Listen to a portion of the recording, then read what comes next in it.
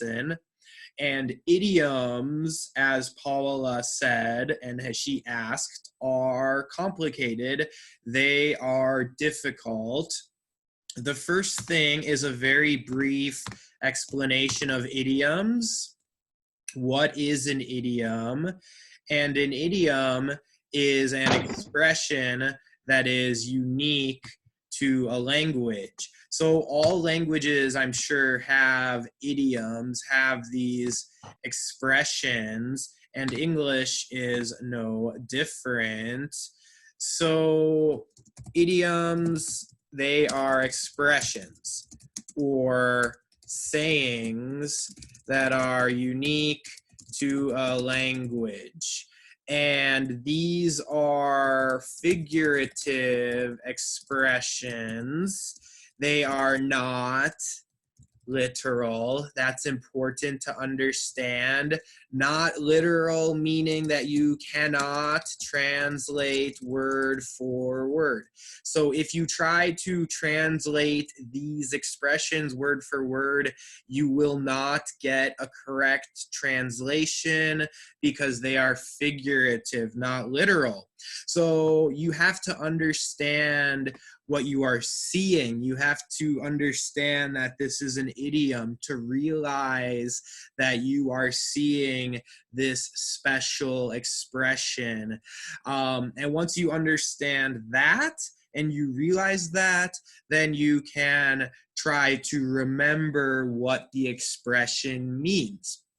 So there are many different kinds of idioms in English, of course, and we're going to look over a few of them. There's 5 that we're going to talk about today, and I will start to share the screen from the material here.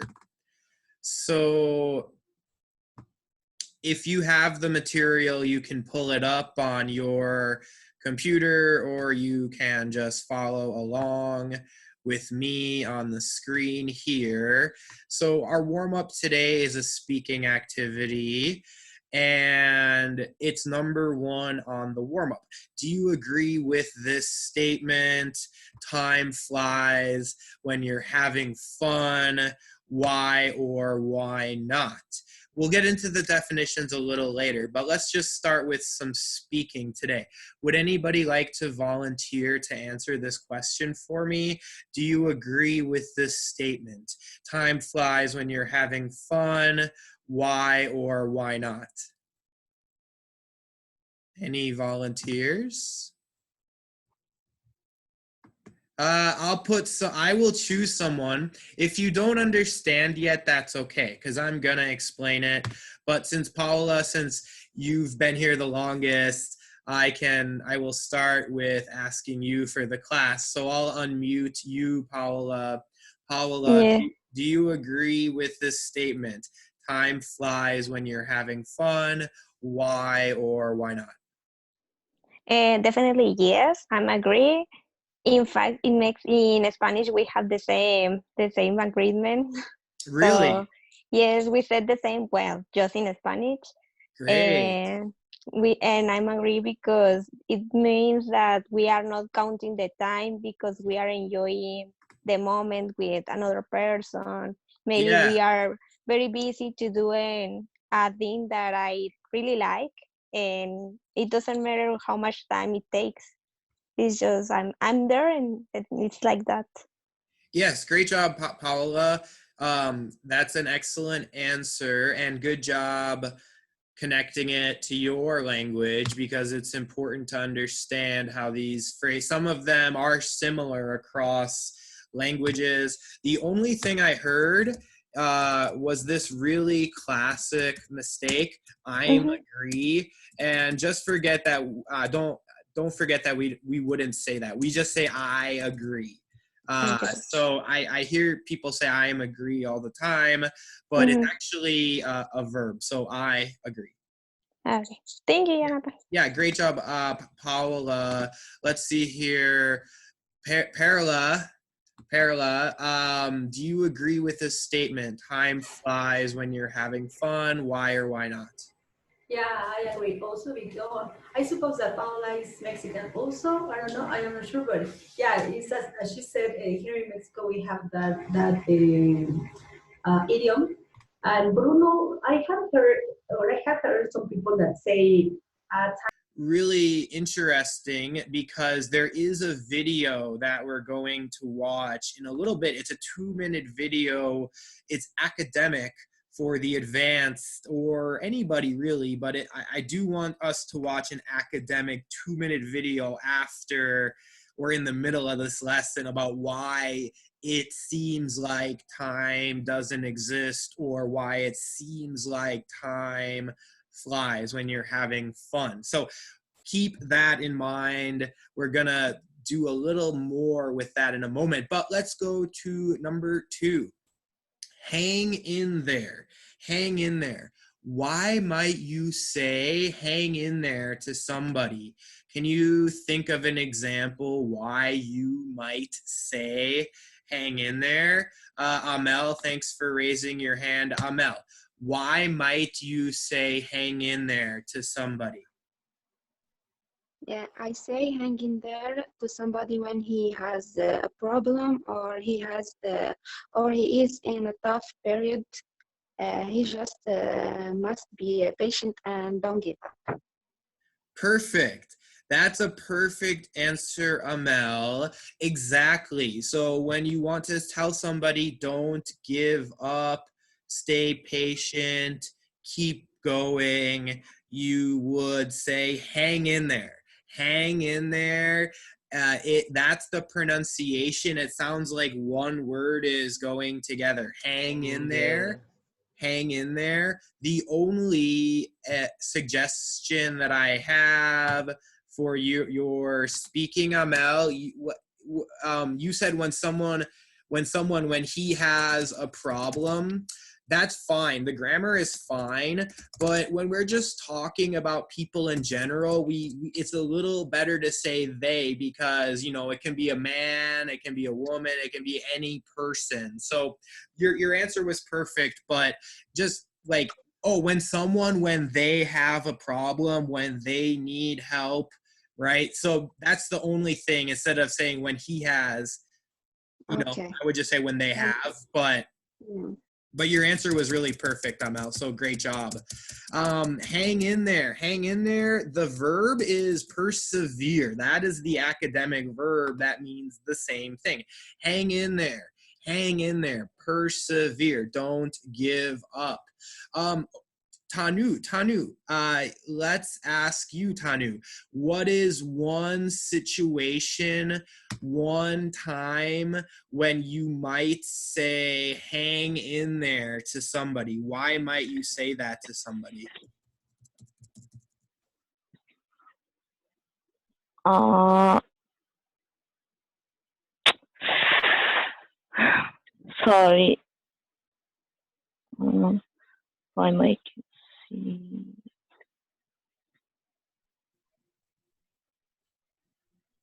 I cannot explain it.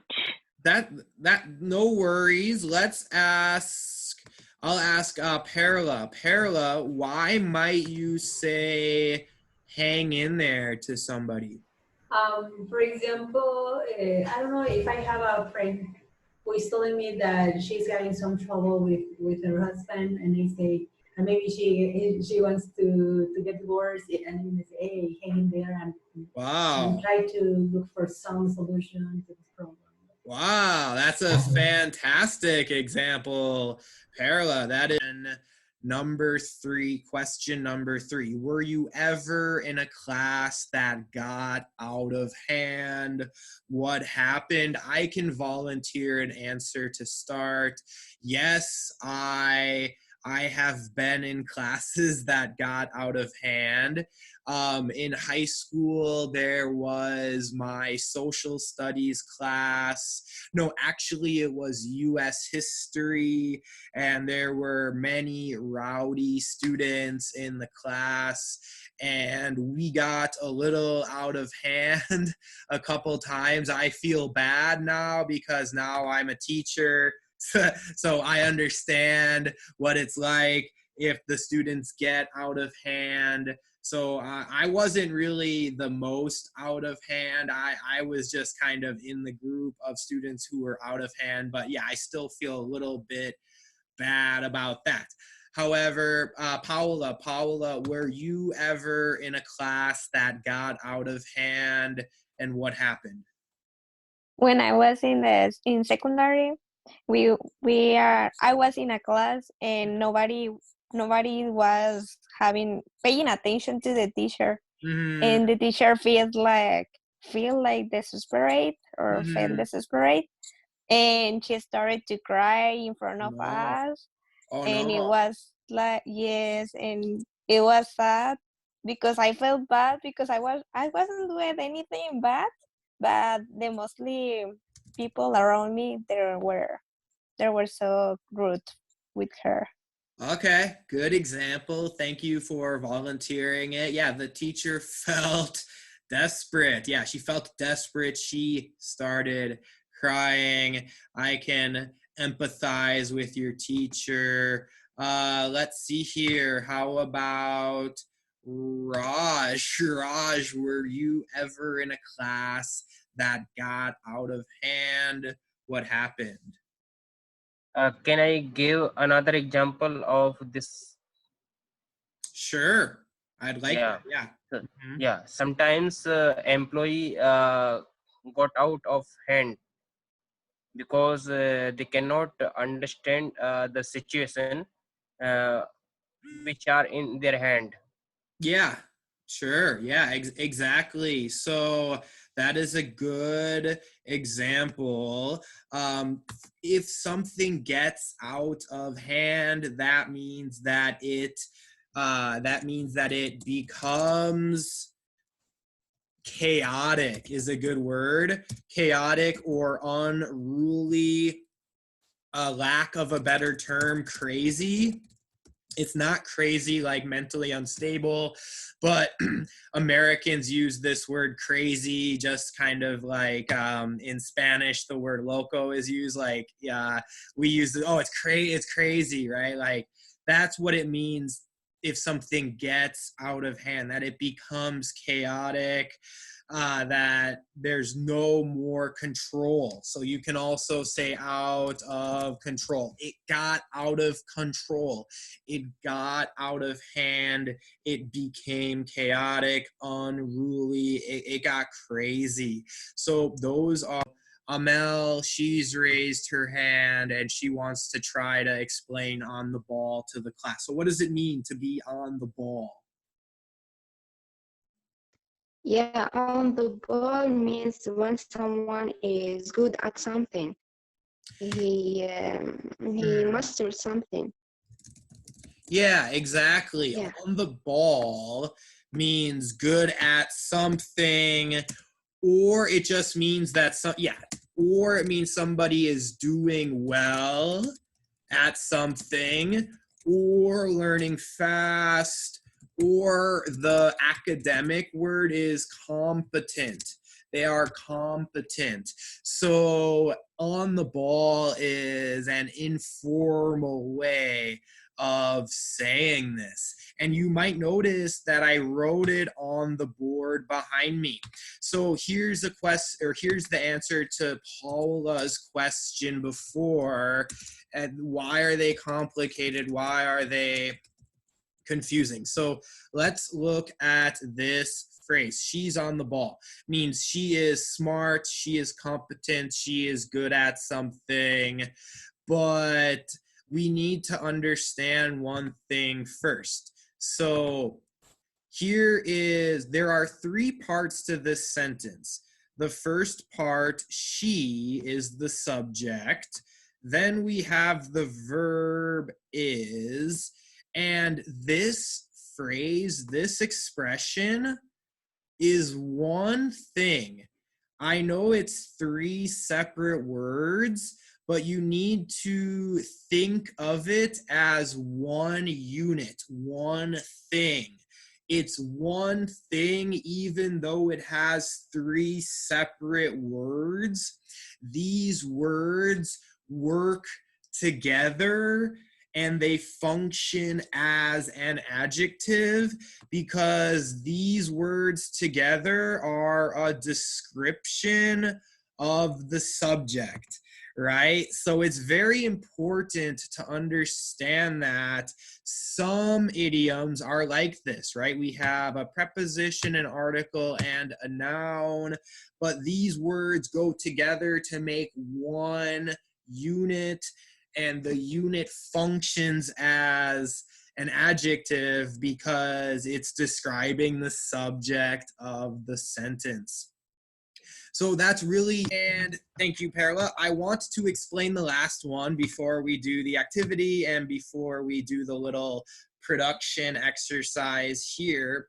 So the last one, and this is so common in English, we say, it's said all the time, it's not rocket science. This simply means it's not complicated. A lot of times you will hear it in a sarcastic way.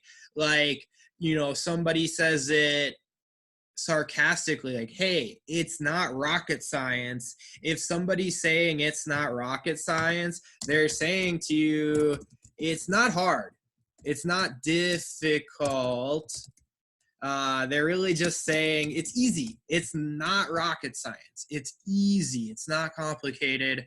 Oftentimes it's said in a little bit of a rude way, like a sarcastic way when you're kind of trying to make fun of somebody.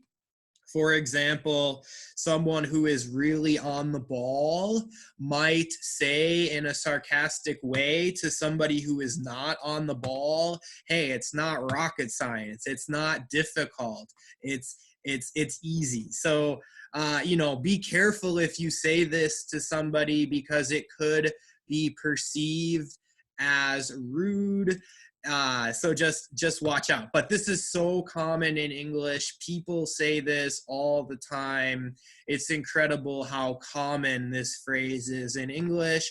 And just really quickly, one more minute. I want to explain this to you because this is the most common mistake with these idioms. So this is the most common mistake. To get out of hand, say this is just your idiom, right? There is a verb. This idiom has a verb. The verb is to get, right? So if the idiom has a verb, you must conjugate the verb like every other verb.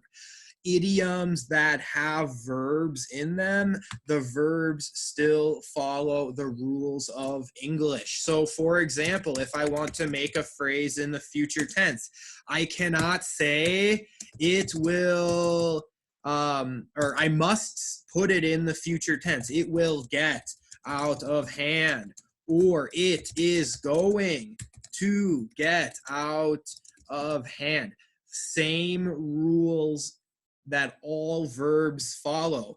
And if I want to say something in the past tense, simple past, it's going to be the same exact rules. It got out of hand. In the past, you cannot say yesterday it get out of hand. Right? You cannot say yesterday it get out of hand. You must conjugate the verb according to tense, just like any other verb. So that's a mistake I hear all the time from students. They don't conjugate the verb when they use idioms that contain a verb. And for the present tense, it gets out of hand, for example. And this same concept can apply to this about rocket science. It is a verb, so I could even put this in past tense. It was not rocket science. Present tense, it's not rocket science. future tense. It's not gonna be rocket science. So remember, when there is a verb in your idiom, you must conjugate the verb, but not all idioms have verbs, like the first example, on the ball. So you still have to differentiate in your mind, and that is very, very important. Okay, guys, so now we're done with the definitions in the video. That's fine. Let's try to now match pictures with our idioms. So each of these pictures is the illustration of an idiom. So it's the same 5 idioms that we were talking about right here. On the ball, get out of hand, hang in there. It's not rocket science. Time flies when you're having fun. Now let's try to match each idiom with the picture. So this is a different kind of method, right? This is going to help you remember them a little bit better than me just telling you the definition. So, okay, look at this picture of the kitten. What could this what idiom could match this picture? If just guess if you don't know. What do you think? Any ideas? Which of the 5 idioms, Amel, do you think, thank you for raising your hand, could match this picture? What do you think?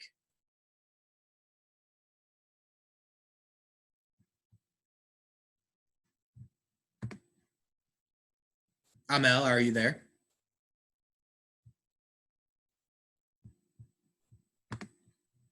She's having a few. I think hanging there. Yeah, very good, Amel. Yes. Okay, so this one is hang in there. Can you hear me? I can hear you. I heard you perfectly. You're right. Hello. This one is hang in there. Now, it's not literal. It's figurative, like I said before. But in this case, the kitten is hanging. The verb is, this is to hang. The verb to hang is what the kitten in the picture is doing. The kitten is hanging in there in the picture. So in this case, it is a literal picture. The kitten is hanging in there. But yeah, it is hang in there. Hang in there. Don't give up. Keep going, persevere.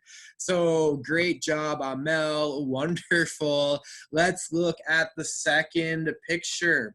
The second picture here, we have a teacher who looks a little frustrated. It says last day, dismissal at noon. Have a great summer, Raj.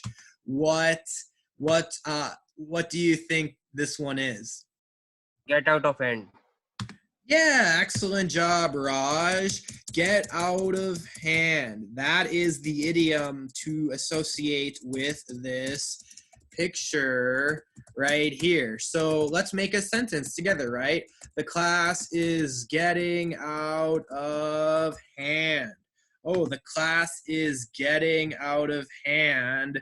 In the picture, it's actually happening at that exact moment. The students are getting out of hand. The class is getting out of hand. Absolutely, very, very good job. Okay, let's look at this picture of addition. 0 plus 1 is 1. 0 plus 2 is 2. Okay, Paula, what do you think this one is? The additions are not rocket science. Yeah, exactly. The additions aren't rocket science. You can just say it's not rocket science. This isn't rocket science. The problems aren't rocket science. Something like this. So exactly, this is something that is not difficult. This is something that is very easy. So it's not rocket science. Fantastic job, Paula. Okay, let's look at this picture. 6 p.m. already. It's a man here with some balloons. It looks like, you know, he's checking his watch. Tanufan, what do you think Yes. this one is? On the ball? Not quite. These are balloons. They're not balls. What No, idiom? sir. On the pulse. Not quite. Does Perla, can you help out Tanu Khan? What idiom describes this picture? Time flies. Time flies. Yes. Time flies very fast. Can we? Yeah. Oh, not quite. What? How does that phrase end? What's the ending? The first two words were totally correct. Time flies. No, I don't really know. Ah. I can say, I mean, time flies. I didn't Time get it. I'm flies sorry. when we are having fun. Okay. Yeah. Okay. Time flies when or when you're having fun. Okay. That's right. So make sure that you have the entire phrase, right? Perla, can you say the entire phrase? Time flies when you're having fun. Yeah. Time flies when you're having fun. Perfect. Yeah, exactly. Look, he lost track of time because he was having so much fun at this party. So 6 p.m. already. Time flies when you're having fun. And let's look at the last picture. Report card in English. This is when you are in middle school, elementary school, or high school. The teacher in your classes gives you grades for how you did in each class. In the United States, A+ is the highest grade you can receive. Tanu Khan, do you want to try again, Tanu? What idiom would be associated with this picture? Yeah, I think on the ball. Absolutely wonderful, right? We could say, for example, the student is on the ball. The student's on the ball because they got perfect grades in school, for example. So that is in practice. So listening is comprehension. Listening and reading are comprehension activities. And we're going to watch a video. Here is the link. And it's called Why Time Flies When We Are Having Fun. So this is an academic explanation for why time seems to fly when we're having fun. And just listen, it's only 2 minutes long. Here is the question to listen for. Why? Why does time seem to fly when we're having fun? So I'm going to show you a video, and the video is on YouTube. So I'm going to share my computer sound with you, and you will be able to hear. So I'll just pause the video after 1 second to make sure that we can all hear it. And then we'll watch the 2-minute video. You should be able to see it. Just give me a thumbs up if you can hear. Hey there, welcome to Life Noggin. We all know that. Okay, so the audio is good. Please adjust your audio. It's 2 minutes, right? And this video is really good. There's like a flashing light. There's like one part of this animated video where lights are flashing. I don't think it's a problem for people with epilepsy, for people with the disorder who have seizures if they see flashing lights. But there is like a part where the lights are flashing. So if you have any sensitivity to flashing lights, I just wanted to let you know there are some flashing lights, but it's nothing crazy. So, okay, so the video is 2 minutes long. Let's watch, let's listen. This is maybe if you want to go to college or in the United States, or if you want to have a professional job. This is an academic, difficult, challenging activity. So why does time seem to fly when we're having fun? It's 2 minutes. Let's listen and then discuss the answer. that time flies when you're having fun. An hour at a concert feels much shorter than an hour in a boring class, especially when you keep glancing at the clock every few minutes. But what's actually causing our perception of time to be so skewed? Simply put, the perceived passage of time has to do with how much we are paying attention to it. When you're having fun, you're likely focused on a bunch of things. Going back to that concert, you're listening to the music, dancing with friends, and watching the performers. Oh my god, I love this band. Chances are you are not on your phone looking at the time, unless you're that guy.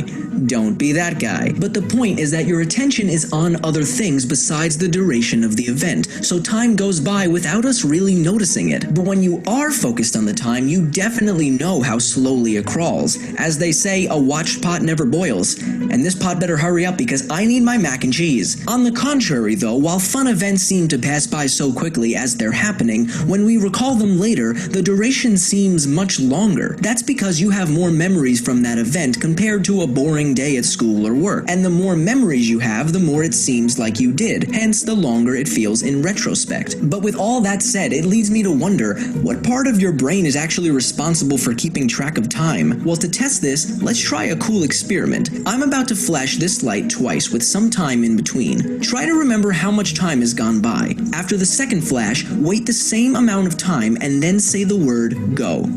You ready?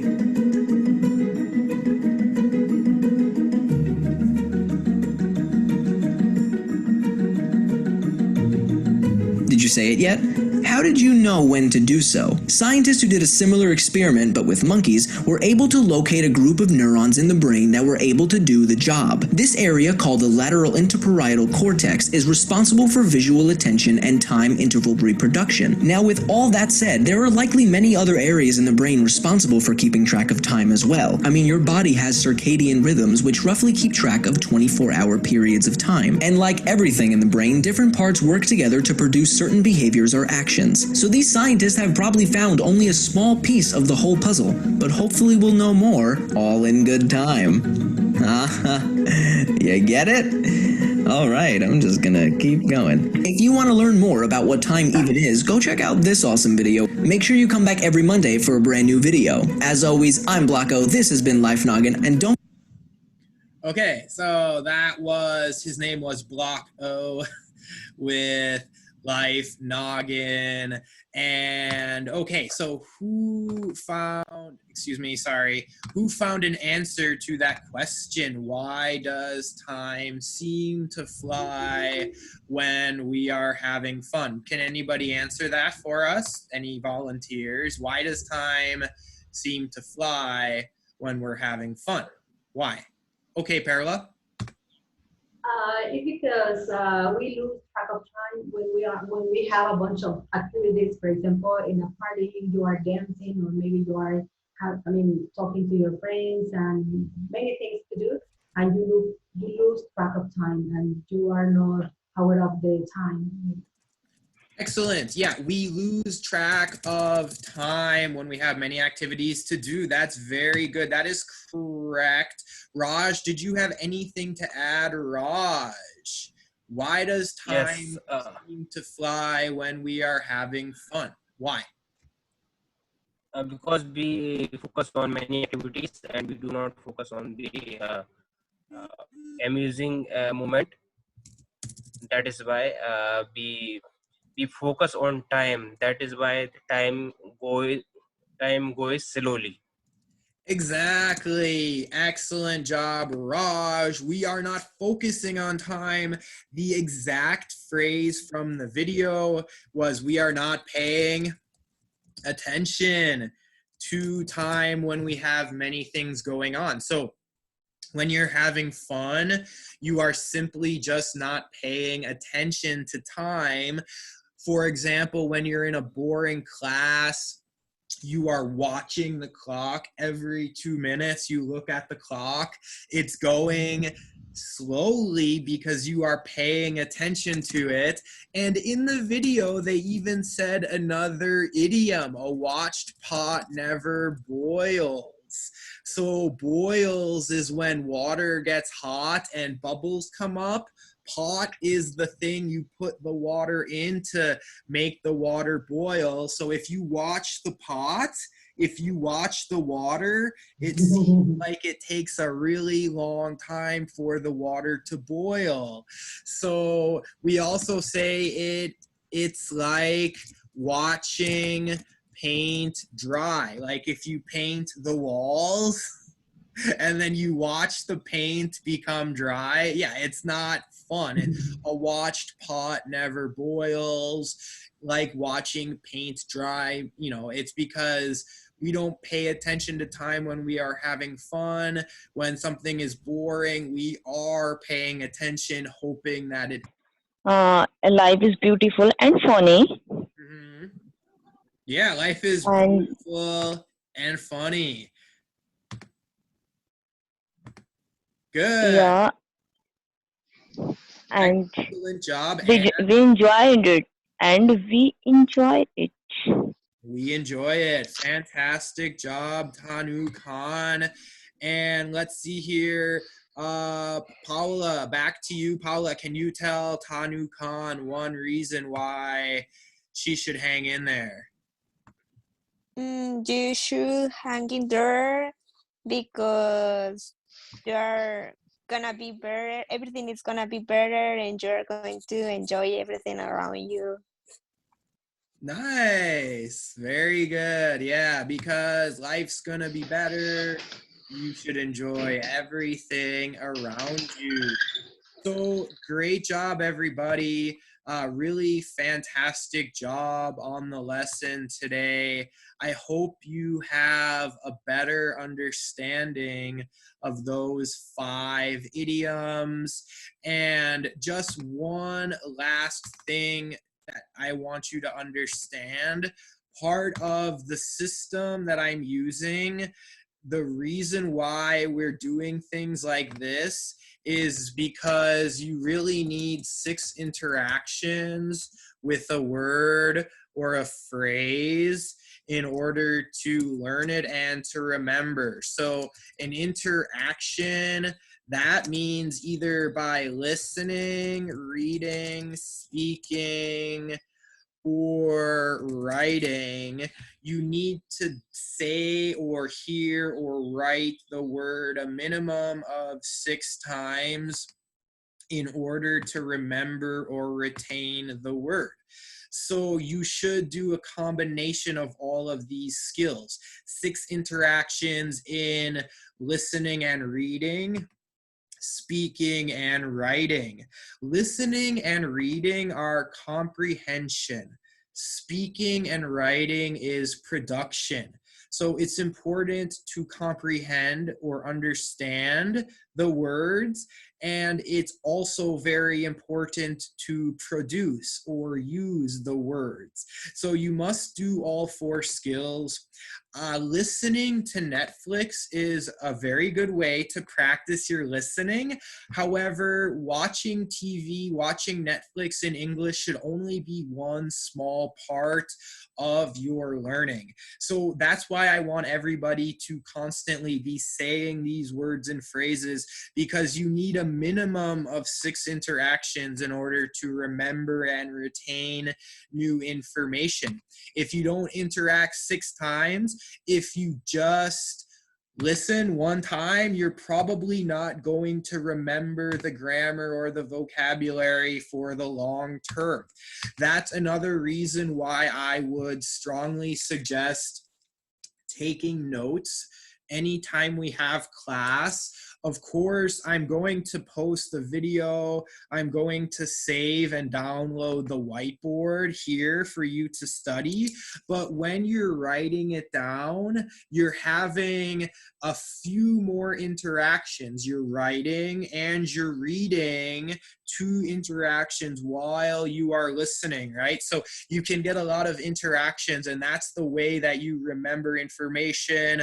A lot of students I see in real life, they take their phone and they take a picture of the whiteboard, and that's all they do, and they think that they will retain the information later, but they won't, because it's not the way that you learn.